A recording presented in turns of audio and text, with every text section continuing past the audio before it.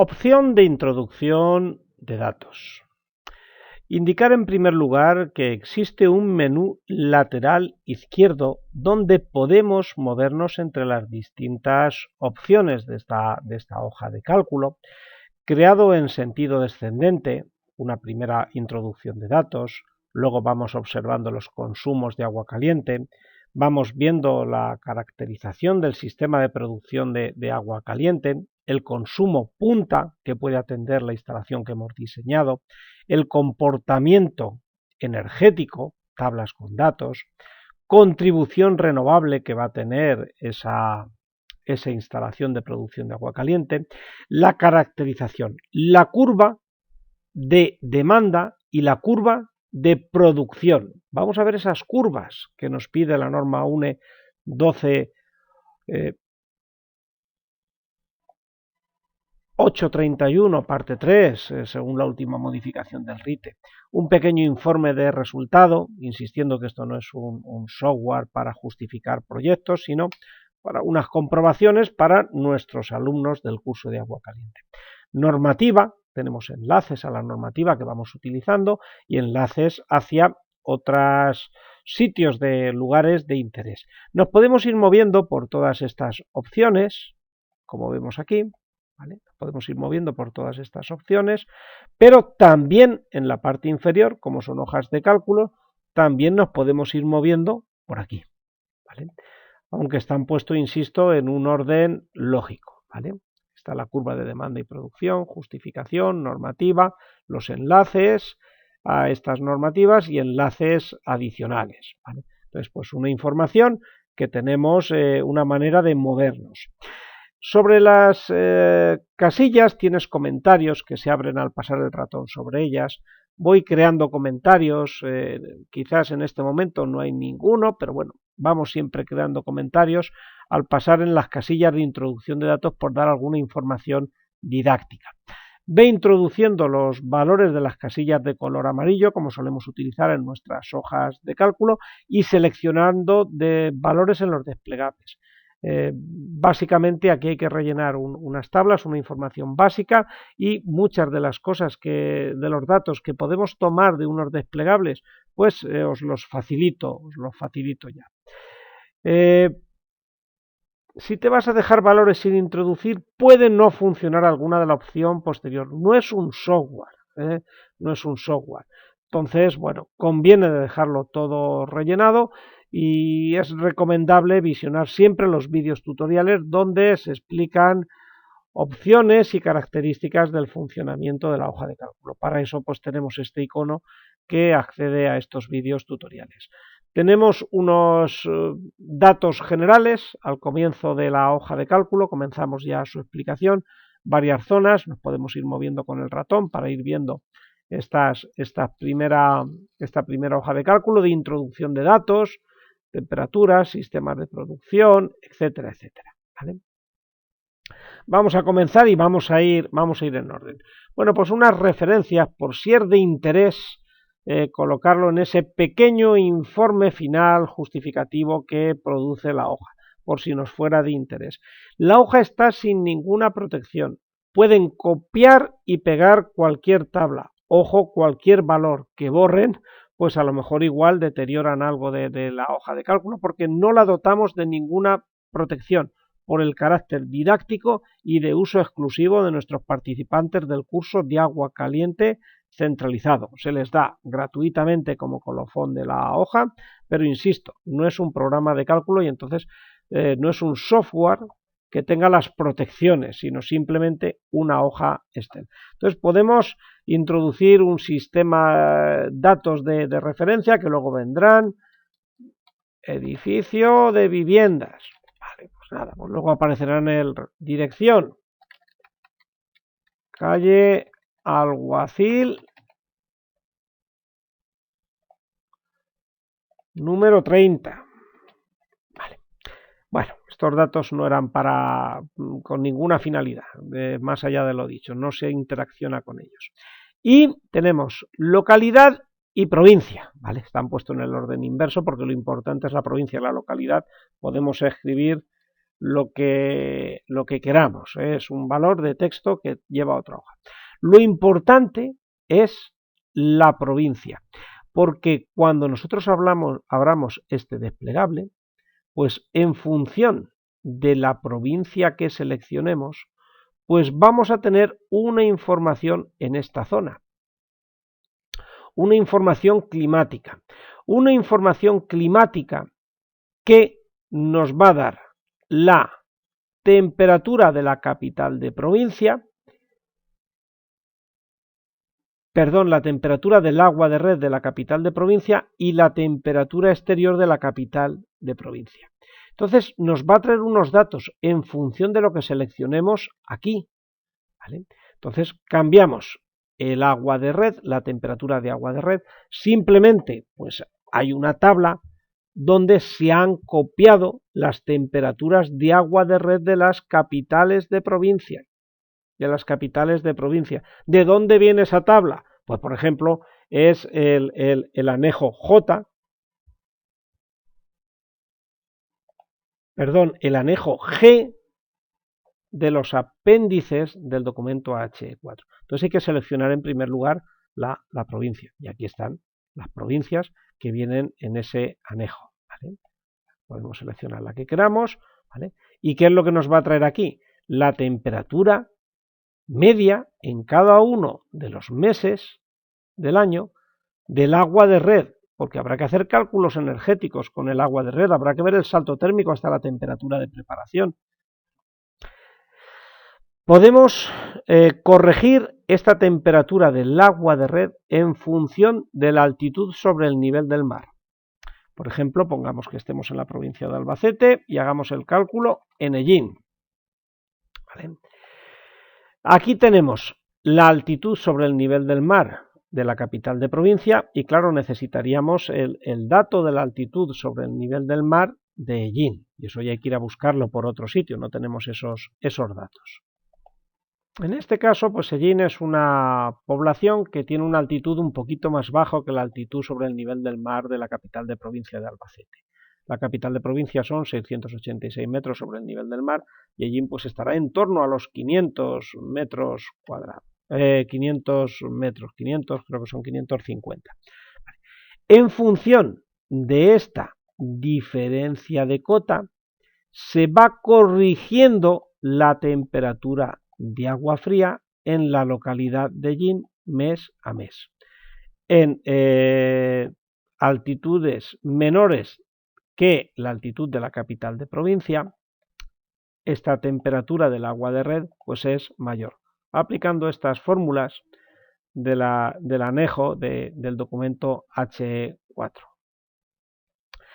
En altitudes más altas, vamos a Nerpio, no sé a qué altitud estará, por ejemplo 1000 metros sobre el nivel del mar, pues va corrigiendo y en ese caso la temperatura del agua de red pues es más baja, ¿vale? Simplemente aplicar las expresiones del cálculo del anejo que hemos citado. ¿Vale? ¿Qué ocurre con la temperatura exterior media de la capital de provincia? Pues en función de lo que hemos seleccionado, tenemos la temperatura exterior media de la capital de provincia. ¿Para qué necesitamos este dato en agua caliente? Pues he caracterizado la hoja para el sistema, pues quizás más en auge, para las bombas de calor. Y claro, las bombas de calor, su rendimiento depende de las condiciones climáticas donde estén ubicadas. Entonces, pues tenemos que tener en cuenta este dato para ajustar el COP medio estacional, el SCOP de la bomba de calor, el valor SPF que cita la normativa. Entonces, tenemos los datos de la capital de provincia, climáticos, y luego los datos corregidos de la temperatura exterior media, bueno, ponen Ellín porque simplemente va copiando, ¿vale? De la población en la que hemos indicado la altitud sobre el nivel del mar, ¿vale? Entonces, bueno, pues aquí tenemos datos de distintas provincias y podemos corregir estos datos de temperatura de agua de red y temperatura exterior para particularizarlos en las localidades que queramos. Bueno, vamos hacia por ejemplo, vamos a dejarlo ahí porque tenga un poquito, ¿vale?, de coherencia, ¿vale? Albacete, Yellín. Pues Albacete, Yellín. Gráficos. Vamos colocando gráficos en la parte lateral y en otras veces estarán por ahí abajo. Bueno, es que es muy fácil a partir de datos tabulados, pues crear, bueno, en este caso copia estos, crear un gráfico paralelo. Si les sirve, pues nada, ya saben lo que hay que hacer, copiar y pegar. Entonces, bueno, pues aquí tienen información que les puede servir para sus cálculos. Y por supuesto, ustedes tienen libertad de ir modificando si quieren las fórmulas. Las fórmulas están a vistas, están aquí, están sin proteger. Con lo cual, si aquí introducen un valor a mano, pues ya se ha ido al garete, entre comillas, la fórmula. Entonces, bueno, yo les doy la hoja con todas sus fórmulas, pero ya deben de tener cuidado ustedes, mantenerla y manipularla si tienen conocimientos de este.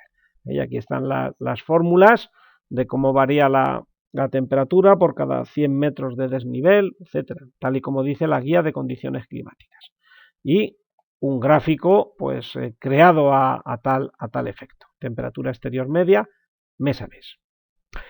Si desean comprobar, porque no tienen claro cuál es la zona climática o no les aparece y la quieren rellenar, pues aquí tienen un vínculo al anejo B de la sección H4 del Código Técnica de la Edificación, que hay una pequeña gráfico visual de las zonas climáticas, sobre todo peninsulares, ¿vale? Pero bueno, podemos ir a ver aquí los datos, ¿vale? Es un copia y pega del anejo B del documento H4 y podemos buscar la provincia, podemos buscar cuál es la zona climática en función sobre la altitud, sobre el nivel del mar. Entonces el resto de concreciones pues las podemos meter a mano buscando el valor que necesitamos.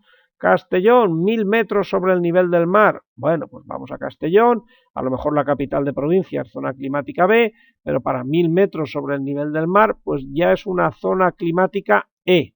Bueno, pues nada, por la curiosidad de si necesitamos ese dato que se vea bien en el informe. Entonces lo podemos introducir a mano en estas casillas. ¿Vale? Bueno, bajamos un poquito hacia abajo. Datos de consumo. Hemos introducido datos climáticos, temperaturas básicamente de agua fría y temperatura exterior. Ahora tenemos que caracterizar la demanda. Y para eso utilizamos las tablas del documento, tal y como hemos visto en el curso, el documento HE4. En su anejo F tenemos la demanda de referencia de agua caliente. Entonces ahí tenemos unas tablas en función del tipo de edificio, hospitales, viviendas, etcétera, pues tenemos en ese anejo F, tenemos la demanda estadística que va a tener de agua caliente, el consumo de agua caliente. Entonces, bueno, nosotros abrimos este desplegable, ahora mismo está marcando vivienda y el consumo estadístico son 28 litros día y persona, a 60 grados Celsius. Si cambiamos el tipo de edificio, por ejemplo, vamos a un hospital, pues son 55 litros día persona, ¿vale? Si vamos a un hotel de 3 estrellas, bueno, pues 55. Y si son en vez de, de 4 estrellas, y si es de 5 estrellas, 69. Bueno, pues estadísticamente se consume más en los hoteles de más estrellas que en los de menos estrellas. Entonces seleccionamos el tipo de edificio para saber el consumo previsto que vamos a tener de agua caliente. Bueno, pues vamos a hacer un ejercicio, por ejemplo, con viviendas, ¿vale? Viviendas, por ejemplo, 28 litros al día por persona. Tenemos que seleccionar un perfil de consumo. Los perfiles de consumo vienen en los reglamentos europeos de etiquetado de productos y vienen también, por ejemplo, en la norma UNE 12.831, parte 3. Entonces ahí nos vienen unos perfiles de demanda. ¿Qué tanto por ciento de esa demanda de esos 28 litros día por persona se consume a cada hora del día. Por ejemplo, vamos a ir cambiando perfiles de consumo para ver hábitos de consumo distintos. Una residencia de ancianos, pues tenemos este consumo. Por ejemplo, la mayor parte del consumo, en torno al 16%, el 15,7%, se consume estadísticamente a las 8 de la mañana. Entonces hay un consumo que se comporta de esta manera, hora a hora, ¿vale? Parte de prácticamente ningún consumo en las horas de la noche y va creciendo a las 5, las 6, las 7, las 8 de la mañana, las 9 ya se consume menos, un 9% un 8% del consumo medio diario, pues luego un poquito menos, 7,5, bueno, porque este edificio, su uso se comporta de esta manera. Entonces nosotros podemos ir cambiando. Es residencia de estudiantes. Bueno, pues vemos un consumo más homogéneo. En la madrugada pues hay consumo, por aquellos que se duchan un poquito más tarde, se reducen las horas centrales de la noche, vuelve a aumentar y pues por ejemplo pues a las 8 de la mañana pues ahí es un 6% del consumo diario. Vale, entonces, bueno, pues hay que repartir luego todo ese consumo hora a hora. Y esto es lo que nos dice la norma UNE 12.831, que nosotros tenemos que hacer. En principio un estudio hora a hora y para crear las curvas de demanda y producción va a haber que pasar ese estudio a minuto. Entonces tenemos que partir de unos datos estadísticos y un comportamiento del edificio, un comportamiento de ese consumo, ¿vale? Y luego, pues bueno, vivienda unifamiliar, pues otro comportamiento. Y luego los perfiles de carga L, XL, XXL. Entonces, pues tenemos aquí pues distintos comportamientos energéticos. ¿Por qué? Porque al final habrá que preparar un sistema de producción de agua caliente que tenga dispuesto todo el agua caliente que se necesite, pues a esta hora, a esta hora, a esta hora. Y que al final esa curva de producción esté por encima todo el día de la curva de demanda. Y no vale aquello de burro grande ande o no ande, pues pongo algo muy sobredimensionado y tengo producida toda el agua caliente del día a primera hora de la mañana y ya que venga lo que sea. No, porque estaremos sobredimensionando bien la producción o bien la acumulación. En cualquiera de los dos casos se pierde eficiencia. Sistemas sobredimensionados no son sistemas eficientes. ¿Me he cubierto las espaldas? Sí, pero a costa de la eficiencia de la instalación. Y hay que cuidar tanto el atender una demanda como que esa producción pues sea eficiente. Entonces vamos a colocar la potencia que se necesita, vamos a colocar la acumulación que se necesita, vamos a ver que es suficiente y en la memoria técnica o en el proyecto vamos a explicarle esto al titular de la instalación, ¿vale? Bueno, pues por ejemplo, pues vamos a poner el perfil de consumo de vivienda colectiva. ¿Ven qué fácil cambian los datos y los gráficos? Bueno, pues esto es fácil, bueno, con unas mínimas nociones de Excel. Tenemos que introducir la tipología de este consumo, bien sean viviendas o bien sea otro caso. Miren, aquí tenemos, insisto que esto es una hoja particular para nuestros alumnos y por eso los tengo que informar. Aquí hay una información, pues son valores de cálculo que yo utilizo. Los podía haber ocultado, no lo hago. ¿Por qué? Para que sepan que aquí hay unos valores y si le damos al botón de suprimir, pues nos los vamos a cargar y entonces pues luego puede ser que no funcione bien. Entonces, bueno, se los dejo ahí. Si no quieren que se vean porque quieren hacer una copia de algún área, pues simplemente pues les cambian les ponen el mismo color que el color de fondo o los borran cuando ya los tengan en un formato donde ya no vayan a hacerse más cálculos, ¿no? Bueno, tipología de las viviendas. Introducimos el número de viviendas iguales y saben que en función del número de viviendas iguales, el número de personas. Y con eso vamos a terminar de caracterizar el consumo. Teníamos 28 litros al día por persona. Necesitamos saber cuántas personas van a estar en ese edificio para ver el consumo. Vale, pues en este caso, si pongo una vivienda de cada tipo, pues vemos aquí el número de personas.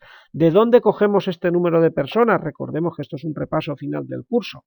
De la tabla B del anejo F. Tenemos dos anejos al final, no sé si antes los he citado bien, el F y el G, el F de caracterización de la demanda y el G de temperatura de agua de red. Bueno, pues en ese anejo F, pues nos dice en función del número de dormitorios que tiene esa vivienda, el número de personas que estadísticamente pueden ocuparlo. ¿Vale? Entonces es un copia de esa tabla. Entonces vamos poniendo el número de viviendas iguales y vamos obteniendo un número de personas y un número de viviendas. Podemos poner aquí cualquier otro valor que, bueno, que como el criterio de demanda es el de vivienda, no va a operar con este valor. Lo está multiplicando por 0. Si tuviéramos otro criterio de demanda, pues este sería, no se verá muy bien, este sería el criterio a tener en cuenta en el cálculo. Entonces hace el cálculo por un lado o por siendo vivienda o siendo otro uso, ¿vale? Quiere decir esto, que si es de otro uso, lo que pongamos aquí arriba, introducido en las casillas de color amarillo, pues no va a verse afectado, ¿vale? Y viceversa. Si ponemos vivienda, escribamos lo que escribamos aquí, en los cálculos posteriores no va a aparecer nada. Bueno, vamos a dejarlo así para que se vea bien. Entonces tenemos un número de viviendas, bueno, pues no sé, vamos a dejarlo así, o bueno, vamos a poner algunas viviendas más. Vamos a ponerle que de un dormitorio tengamos 5 viviendas, de 2 dormitorios otras 5, de 3 10, de 4 pues ya menos 5 y de 5 dormitorios pues ya, pues bueno, por ejemplo 2 y ya ninguna, ¿vale? Bueno, ¿qué tenemos aquí de resultado? Personas, 99,5 personas, esto es un dato estadístico, ¿vale? Y el número de viviendas iguales, 27. En función del número de viviendas iguales, recordad que tenemos un factor de centralización, que también viene en el anejo F, es la tabla B, la segunda tabla que encontramos, pues en función de las viviendas, hasta 3 viviendas, recordad un factor de centralización, dijéramos un coeficiente de simultaneidad de uso de 1, y a medida que van aumentando, pues este factor va aumentando. ¿Vale? Bueno, pues ya hemos introducido los datos de caracterización de la vivienda. Luego iremos viendo los resultados, ¿vale? Para ir viendo los resultados nos deberíamos de ir aquí al consumo de agua caliente sanitaria. Vamos a datos de temperatura. Habrá que hacer unos cálculos energéticos. Temperatura de demanda de referencia. Fijémonos. Aquí arriba tenemos un consumo al día a 60 grados. Ya hemos visto en el curso que los consumos de agua caliente hay que referenciarlos a una temperatura, porque al final hay que saber esa referencia energética cuál es. No es lo mismo calentar agua a 40 grados que a 60. Entonces el dato está puesto a 60 grados. ¿Podemos poner otra temperatura de referencia que no sea 60 grados? Sí, la que queramos. Como total el agua se usa a 45 grados, me gusta ver los datos a 45, a 40, que se parece más a la temperatura de uso. Pues introducir la demanda de referencia y luego veremos cómo más adelante, utilizando las expresiones de este anejo F, como los 28 litros persona a 60 grados, pues nos darán una referencia de consumo mayor a 40 grados. Energéticamente será lo mismo calentar 28 litros por persona a 60 grados que calentar una cantidad mayor a 40 grados. Energéticamente el salto térmico, por lo menos en la producción instantánea, es el mismo. Entonces podemos cambiar los datos para hacerlo más visual al usuario. Podemos cambiar la temperatura de acumulación. 60 grados es suficiente, 62, la que queramos, la que necesitemos. ¿Vale? Temperatura de distribución, bueno, 50 grados se utiliza para algún cálculo y temperatura de uso 40, se utiliza básicamente para el informe.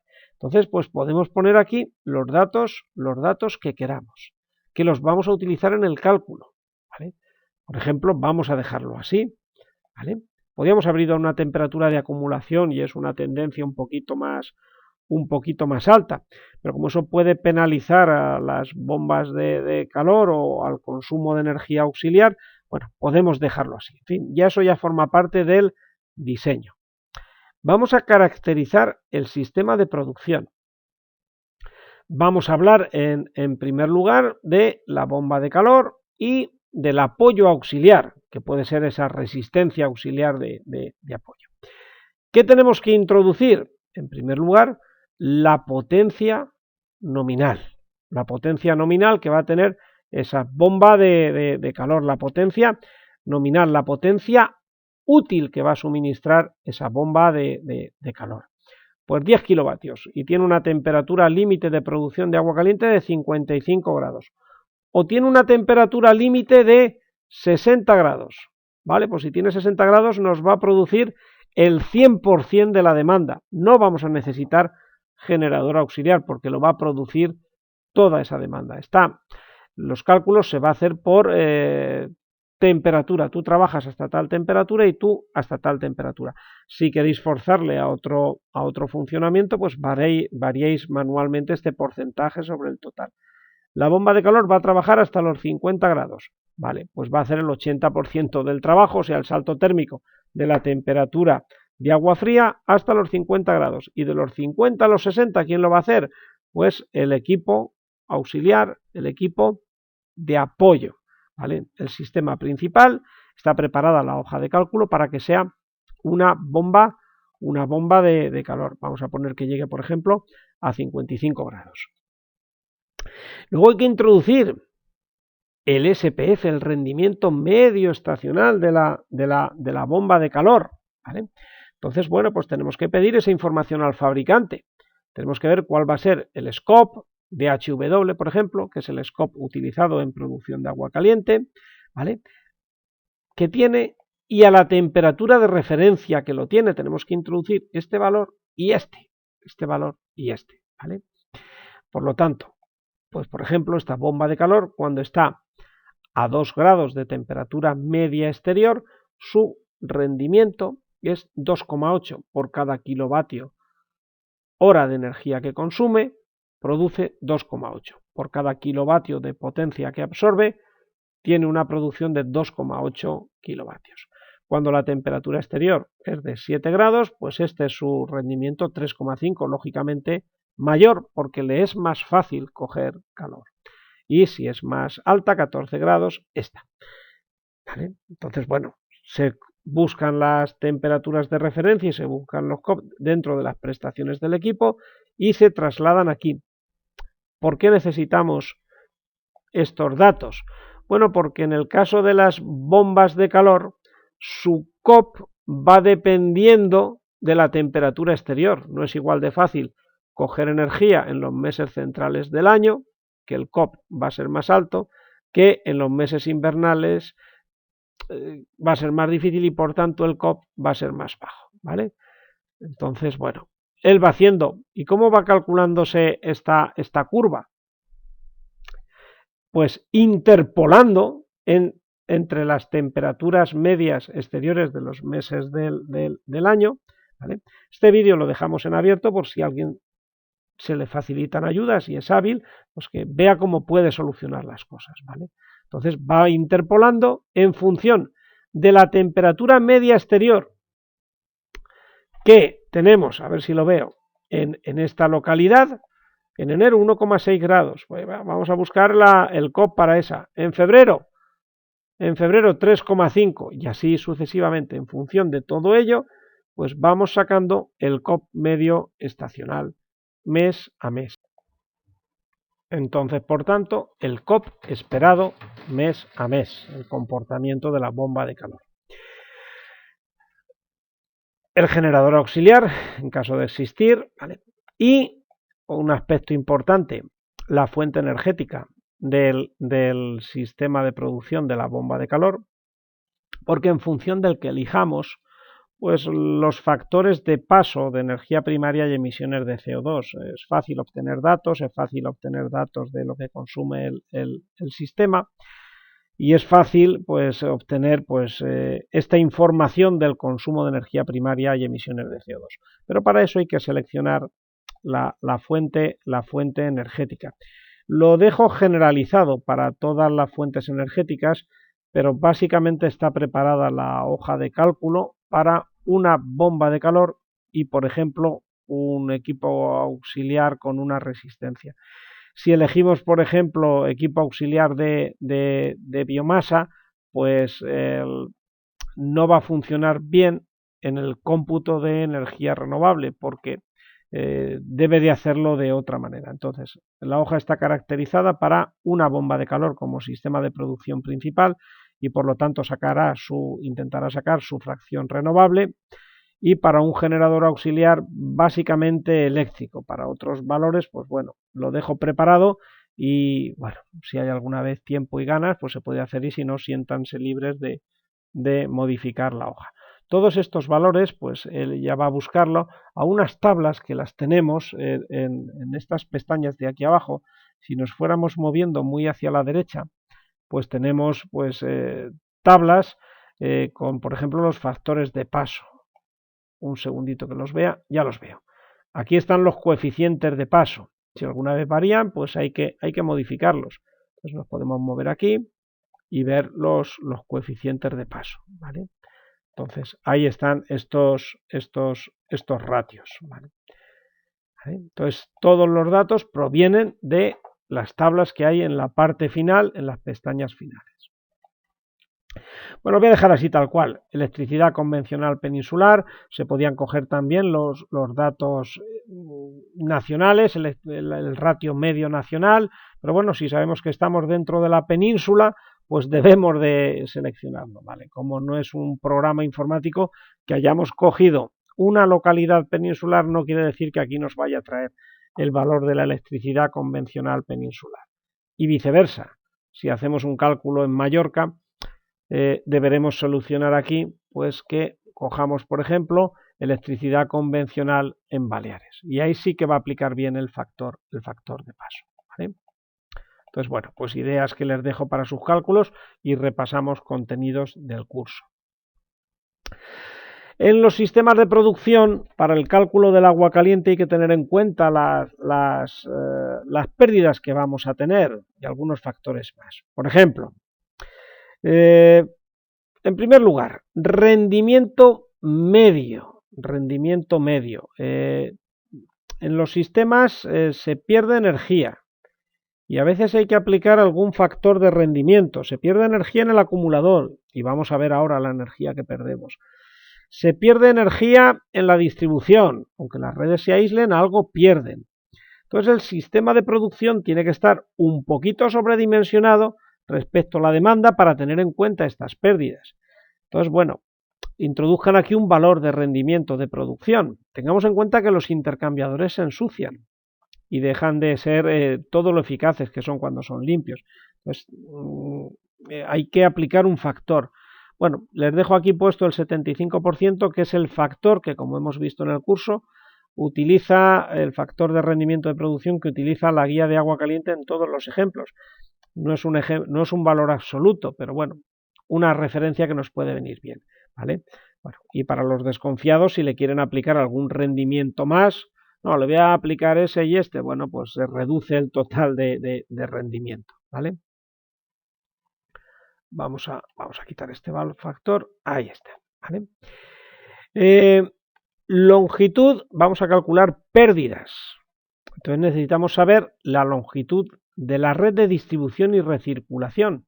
Y debemos de introducir un valor numérico porque hay unas pérdidas que la norma UNEN 12.831, parte 3, nos dice que podemos estimar. Esta norma UNE pues tiene unos anejos con unas tablas.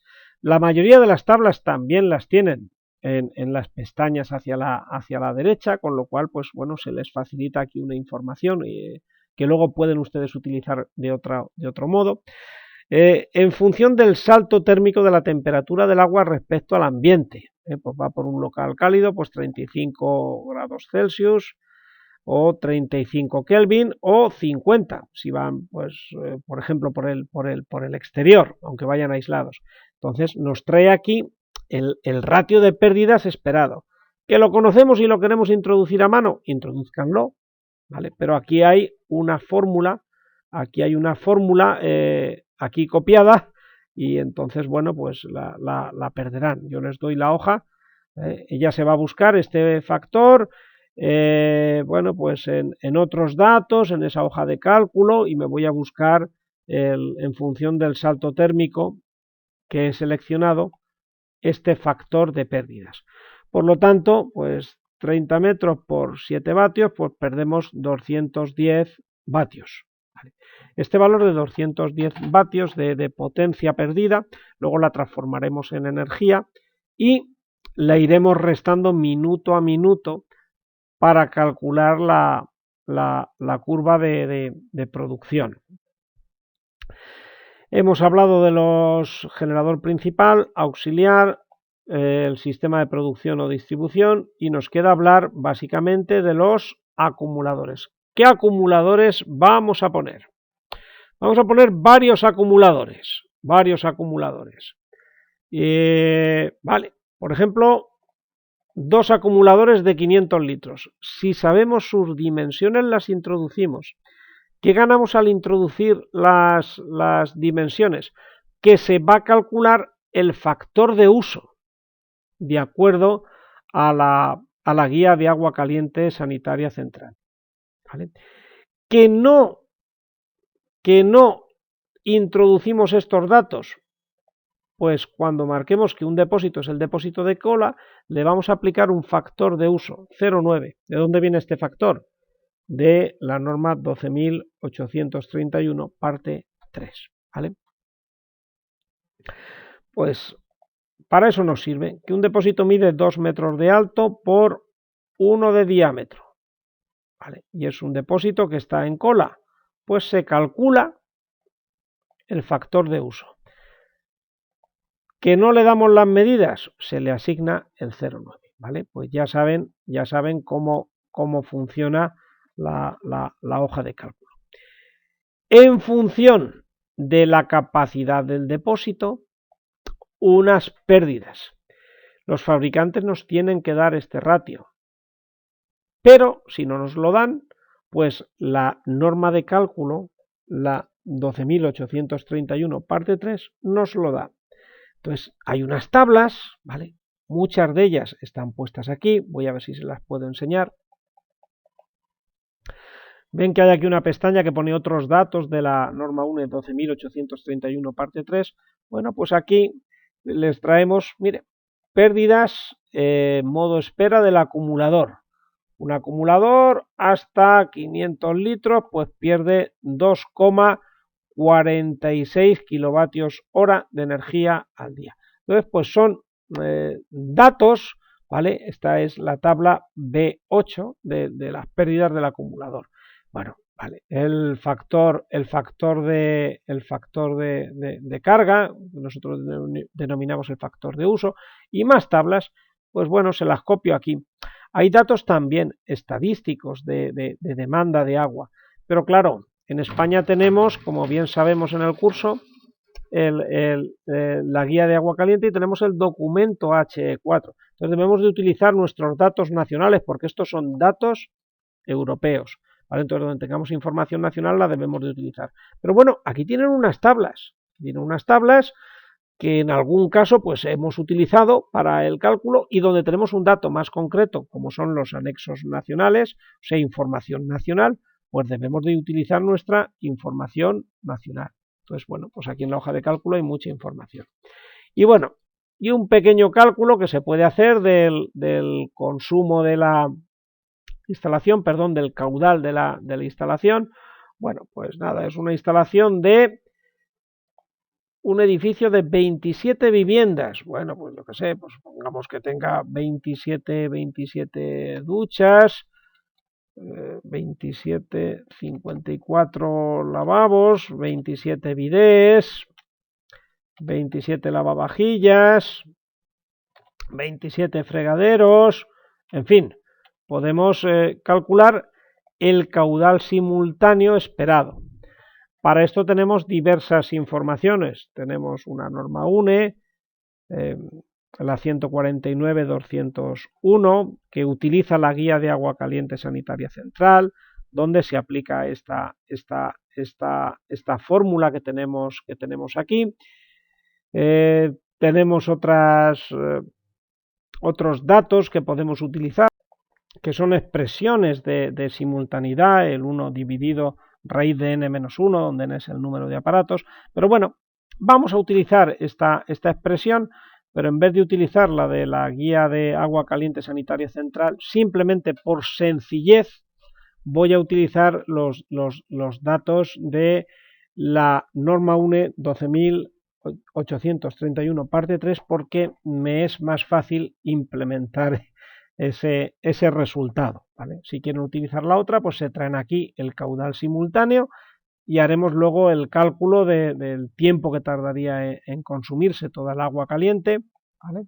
Pues en función del tipo de edificio, el caudal simultáneo de diseño que podría darse en algún momento puntual o en varios momentos puntuales del día. Y ya hemos terminado de caracterizar el sistema de producción. Por lo tanto, lo que toca ya es irnos a la siguiente opción, al consumo de agua caliente. Vamos a ver qué resultados hemos obtenido.